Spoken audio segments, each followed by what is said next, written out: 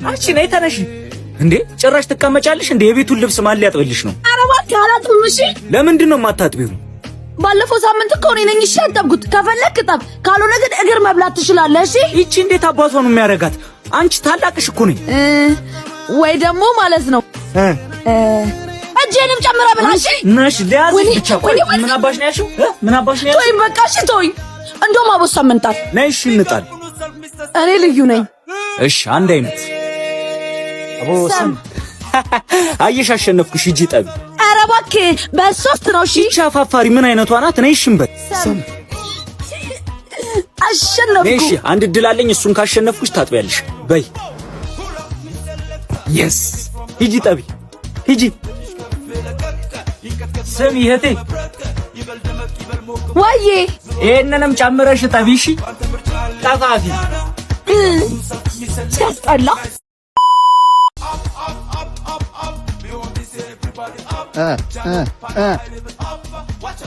መጣች። እቺ ደግሞ የቶማስሽ ማፍቅርሻል መጣው። እሺ አባ እሺ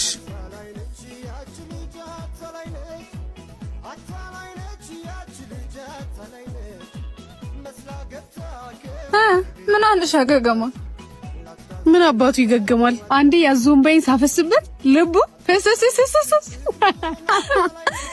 አረ ቆይ ልንገርሽ ደግሞ ታደገኛ ሰርቆ ለሚያመጣው ገንዘብ ይሄ ሁሉ ሲፈጠር ለምን ቀድሞሽ አልነገርሽኝ? አላለኝም መሰለ ደሃ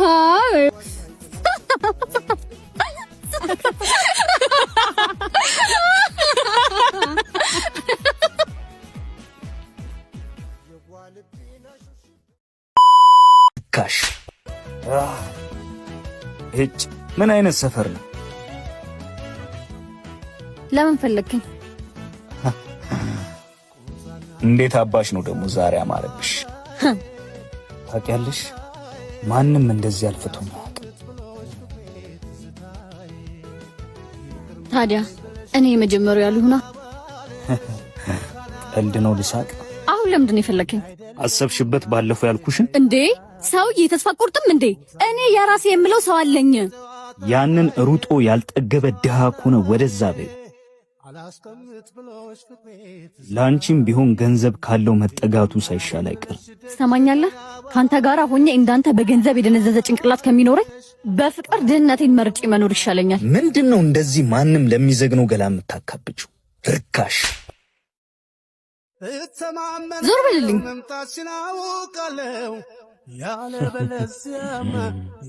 በለዚያማ ለምን አይደለም ያረዳል ፍቀንባት ያረዳል ወስንባት ያረዳል ምን አለባት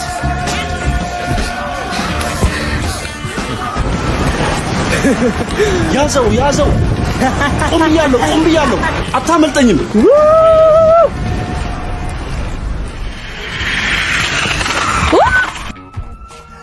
ምንድነው? ምን አንቀለቀላል? ቀሳትል የተንቀለቀልሽውም አንቺ ነሽ። ቀልቃላ ደሞ ታወራለህ እንዴ? በጥፊ ስትማች የመጀመሪያሽ ነው እንዴ? እጆችሽ በጣም ነው የሚለስል ይመስላል። እብድ ቆይ አንዴ፣ እኔ ማየት እንደዚህ ያስደነግጣል እንዴ? ምንድነው የምታወራው? ፍቅሬ እንዳይሆን መንገድሽን ያሳተሽ። ኦፍ ጎዶሽ እንዴ? እንዴ ደሞ ኬት ነው የምትት? ያዛት የባሰው መጣ። እሷም የሱ ተባባሪ ናት። ያዘው አንተ ምክንያት ነው እዚህ የገባሁት። ያዘው ነይ። እሺ ቶሎ በይ ነይ። እዚህ ጋር ተቀመጥ። ወስንባት ያረዳል ምን አለባት እንዳልደፋው ኮስን ብዬ ስምል ልምድ አይደለም ያስመስል የ38ቷ ነይ መተላለፍ ፍቅር ሳይሽ ያየሽ ነይ በልቤላ ኑርሽ በልብሽ እንዳንተ አይነት ሰው መቼም እንዳያጋጥመኝ ምኞቴ ነው። ስምሽን ግን አልነገርሽኝም።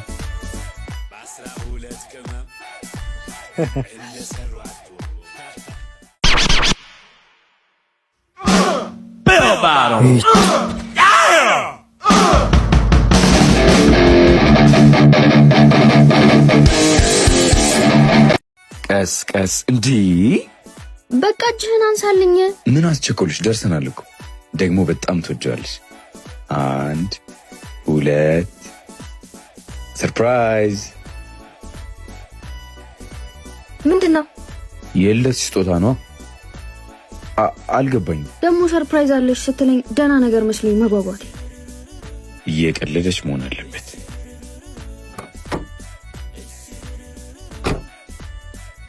የመኪናው ቀለም ካልተመቸሽ አሁኑኑ መቀየር እንችላለን። የኔ ቆንጆ ደስ እንደሚልሽ እርግጠኛ ነበርኩ እኮ። መኪና ሰጥተኸኝ ያውን በልደቴ ቀን ደፋር። መኪና እንደምትወጂ እኮ ደጋግመሽ ነገረሽኛል።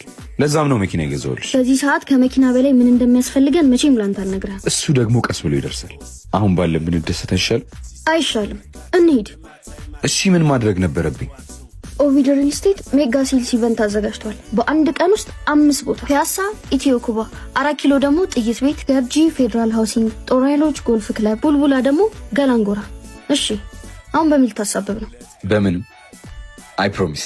ከአንድ ወር በኋላ ደግሞ የቤቱን ቁልፍ። ለዛሬ ግን ስጦታዬን ተቀበይ። ከህዳር 22 እስከ ታህሳስ 6 የሚቆይ ታላቅ የማጣሪያ ሽያጭ ሲሆን ከዚህ ሽያጭ በኋላ የዋጋ ማሻሻያ ስለሚኖረው በጭራሽ እንዳያመልጥ። አያመልጠኝ።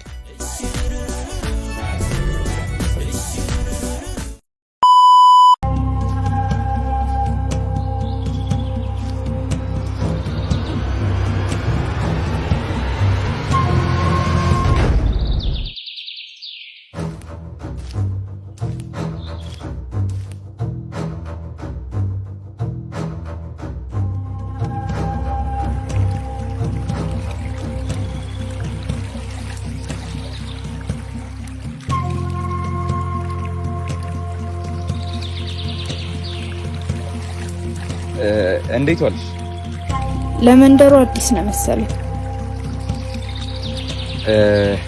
አዲስ እንኳን አይደለም ብትሆን ነው እንጂ በገዛ ጥርስ መቃብርህን የሚቆፍረው። የምን መቃብር?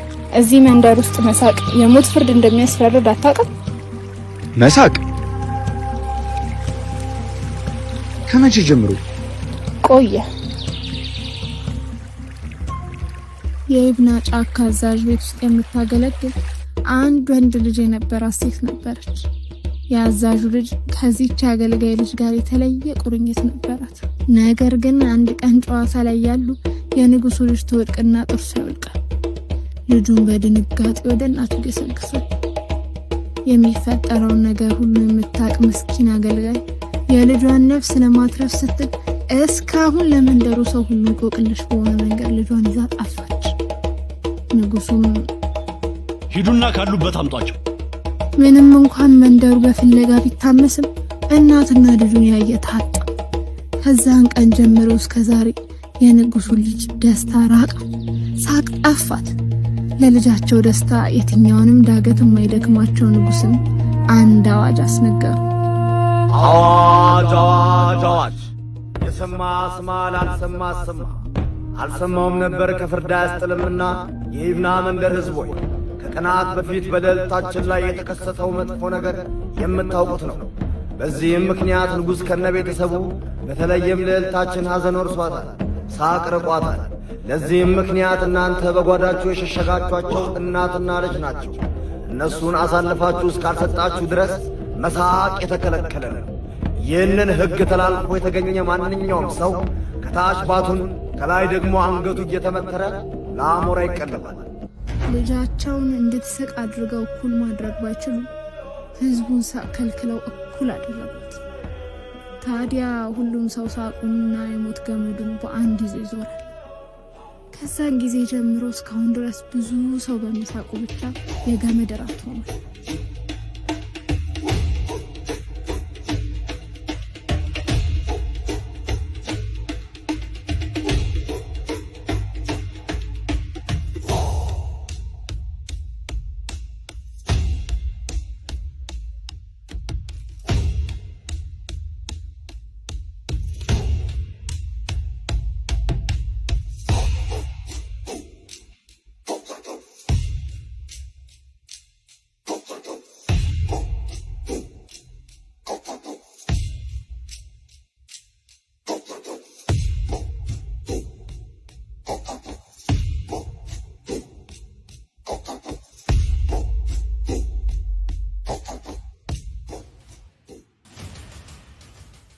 አንድ ቦታ ልውሰድሽና ልከስሽ።